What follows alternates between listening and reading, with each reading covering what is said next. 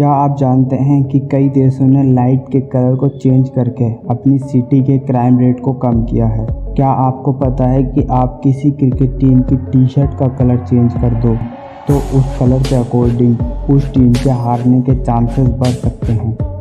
क्या आपको ये पता है कि अगर आपकी नींद पूरी न हो तो आपको कोई यह विश्वास दिला सकता है कि आपने किसी का मर्डर किया है और आप ये मान भी लेंगे? क्या आपको यह पता है कि अगर आप किसी पेशेंट को जल्दी ठीक करना चाहते हैं तो वह जल्दी ठीक हो सकता है अगर आप उसका कमरा किसी पर्टिकुलर जगह पर सेट कर दो तो? और क्या आपको पता है कि आपका नाम ज़्यादा मर्दाना साउंड करता है तो आपके जॉब में प्रमोशन के चांसेस ज़्यादा हैं? अगर आपको ये सारे साइकोलॉजिकल फैक्ट नहीं पता तो आज हम इन्हें देखेंगे, वो भी रिसर्च के साथ। सबसे पहले आता है fact number 5, colour change the mood and behaviour. एक बार कनाडा के 2 रिसर्चर्स यह जानने के लिए बहुत उतावले हो रहे थे कि क्या रूम के कलर को चेंज करने से इंसानों के मूड में कोई फ़र्क पड़ता है या नहीं पड़ता। किसी क्लास में उन्होंने ग्रीन कलर कर दिया, किसी ने ब्लू, किसी ने येलो और किसी ने पिंक। उसके बाद उन क्लासेस को वो दोनों रिसर्चर्स ऑब्जर्व करने लग गए। हर कलर का कुछ न कुछ इफेक्ट स्टूडेंट पर हो रहा था।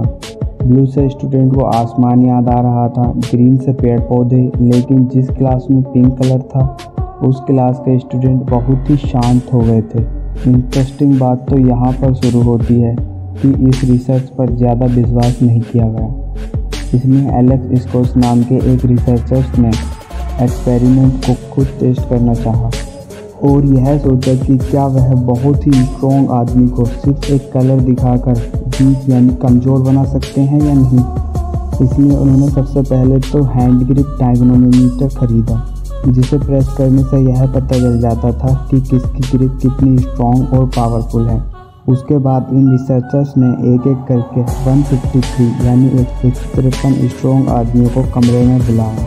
इनमें से आधे आदमियों को इन्होंने पहले ब्लू कलर का कार्डबोर्ड दिखाया और उसके बाद पिंक कलर का, और कहा अपनी पूरी ताकत से इस डायग्नोमीटर को दबाएं। इसके बाद बाकी आदमियों को उन्होंने एक एक करके बुलाया और पहले कार्डबोर्ड में पिंक कलर दिखाया और उसके बाद ब्लू कलर, और फिर उनसे भी यही कहा कि इस डायग्नोमीटर को पूरी ताकत से दबाओ, और इस सब की मेजरमेंट एक कॉपी में लिख ली। इस रिसर्च के रिजल्ट सबके सामने आए तो सब चौंक गए थे।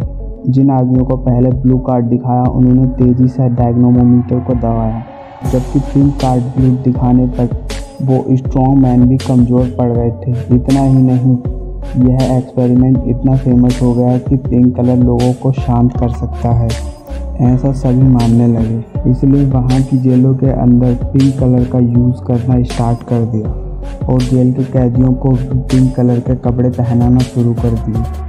अगला आता है fact number 4, colour strategy to defeat opponent. मतलब प्रतिद्वंदी को हराने के लिए जब लोगों को यह पता चला कि कलर से ह्यूमन बिहेवियर में फ़र्क पड़ता है, यानी पिंक कलर हमें शांत करता है, तो कई कॉलेजों में स्पोर्ट टीचर ने अपने गेस्ट लॉकर रूम और साथ ही टॉयलेट भी पिंक कलर के करवा दिए, ताकि जब दूसरे कॉलेजों की टीम उनके कॉलेज में खेलने आए तो उन्हें यही टॉयलेट और लॉकर यूज़ करने के लिए दिए जाएं, जिसकी वजह से उन्हें हराना आसान हो जाएगा।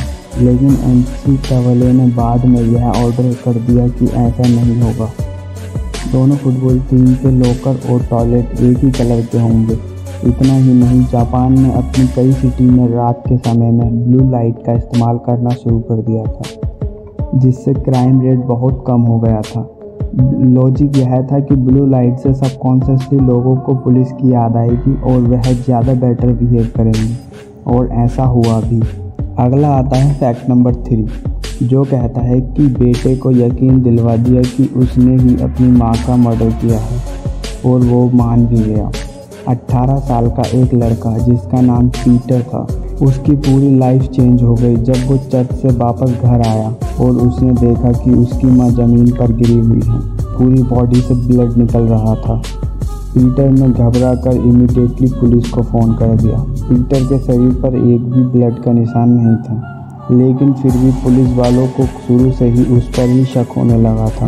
पुलिस की टीम उसे पूछताछ के लिए जेल ले गई।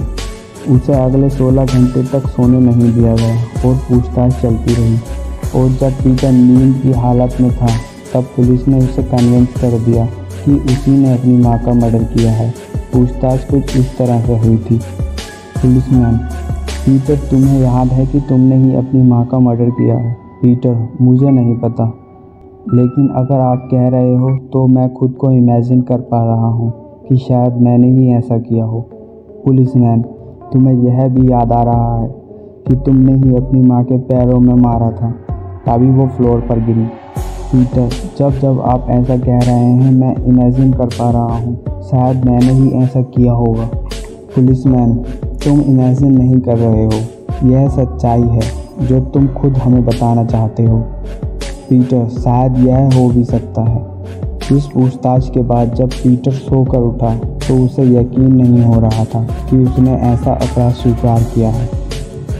पूरे 2 साल बाद जब नया अधिकारी वहां पर आया और उसने पीटर की फाइल देखी तो उसे पता चला कि मर्डर के टाइम पर पीटर अपनी मां के साथ था ही नहीं और बाद में वह निर्दोष साबित हुआ और उसे छोड़ दिया गया। साइकोलॉजी में इसे कहते हैं बट फोकल इज़ कैजुअल, यानी जो आपका मूड है उस वक्त आप जिस चीज़ को देख रहे होंगे आप सारे इमोशंस उसी के साथ जोड़ दोगे। अगर आप गुस्से में हो तो सामने वाले इंसान के साथ आप गुस्से के इमोशंस जोड़ दोगे। और यही पीटर के साथ हुआ। जब चीफ इन्वेस्टिगेटर ने लाश देखी और साथ ही पीटर को देखा तो उसका सारा शक पीटर की तरफ हो गया। इसकी वजह से उसने किसी और चीज़ पर ध्यान ही नहीं दिया और ज़बरदस्ती पीटर से ये अपराध कबूल करवा लिया। अगला आता है fact number 2। Patient recovery depends on his. ऑली मेमोरियल होटल में एक रिसर्च की गई। रिसर्चर्स ने 48 पेशेंट लिए जिनका अभी गैलब्लैडर यानी पित्ताशय का ऑपरेशन हुआ था। इन 48 पेशेंट को 2 ग्रुप में डिवाइड किया गया, ग्रुप 1 और ग्रुप 2। ग्रुप 1 में 24 और ग्रुप 2 में 24 पेशेंट लिए गए। ये सारे पेशेंट ऑलमोस्ट सेम थे। इनकी स्मोकिंग हिस्ट्री, वेट लगभग सेम था। रिकवरी के लिए पेशेंट को एक एक करके रूम दिया गया। रूम में सब कुछ सेम था, डॉक्टर्स, दवाइयाँ सब सेम थी। डिफरेंस था बस एक चीज़ का, हॉस्पिटल का व्यू। दरअसल ग्रुप 1 के पेशेंट के विंडो के आगे केवल दीवार ही दिखती थी और ग्रुप 2 के पेशेंट को ग्रीन व्यू जैसे पेड़। तो रिसर्चर्स यह जानना चाह रहे थे कि पेशेंट की रिकवरी में पेशेंट का व्यू पर कितना इम्पैक्ट पड़ता है। और यस, एक बहुत बड़ा फ़र्क था इनकी रिकवरी में। ग्रुप 1 के पेशेंट को लगभग हर रोज़ 6.5 पेन किलर दी जाती थी दर्द को कम करने के लिए, जबकि ग्रुप 2 के लिए केवल 3 पेन किलर ही दी जाती थी। और जिन्हें अपनी विंडो से पेड़ पौधे दिख रहे थे वह जल्दी रिकवर होकर अपने घर चले गए, जबकि ग्रुप 1 के पेशेंट को बहुत टाइम लग गया। अगला आता है फैक्ट नंबर 1। आपका नाम भी आपकी प्रमोशन को इम्पैक्ट करता है। बहुत ही कम लोग जानते हैं कि नाम से भी लोगों की लाइफ में बहुत बड़ा इम्पैक्ट पड़ता है। फॉर एग्ज़ाम्पल, नाम कितना इजी है बोलने में और कितना डिफ़िकल्ट। नाम मर्दाना साउंड करता है या नहीं, ये भी हमारे फ्यूचर को इम्पैक्ट कर सकता है। आप में से काफ़ी लोग बोल रहे होंगे कि नाम से क्या फ़र्क पड़ता है। रिसर्च ने यह जानना चाहा कि जो नाम बोलने में आसान है उन्हें जल्दी प्रमोशन मिल जाता है या नहीं। इसके लिए इन्होंने 500 एडवोकेट के नाम उठाए और फिर कॉमन लोगों को उनके नाम पढ़ने के लिए दिए गए ताकि वह आसान और कठिन नाम पहचानें।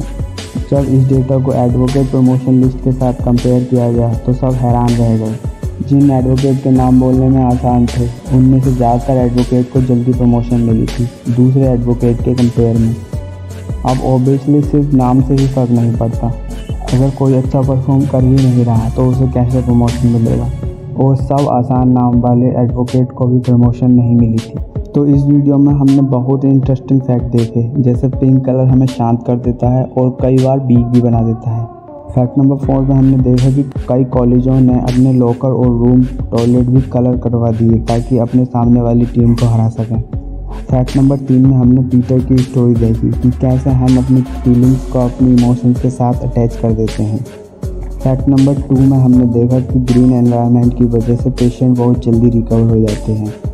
वीडियो कैसी लगी कमेंट करके ज़रूर बताएं। वीडियो पसंद आई हो तो लाइक करें, शेयर करें अपने दोस्तों के साथ और ऐसी ही नॉलेजेबल वीडियो के लिए हमारे चैनल को सब्सक्राइब करें।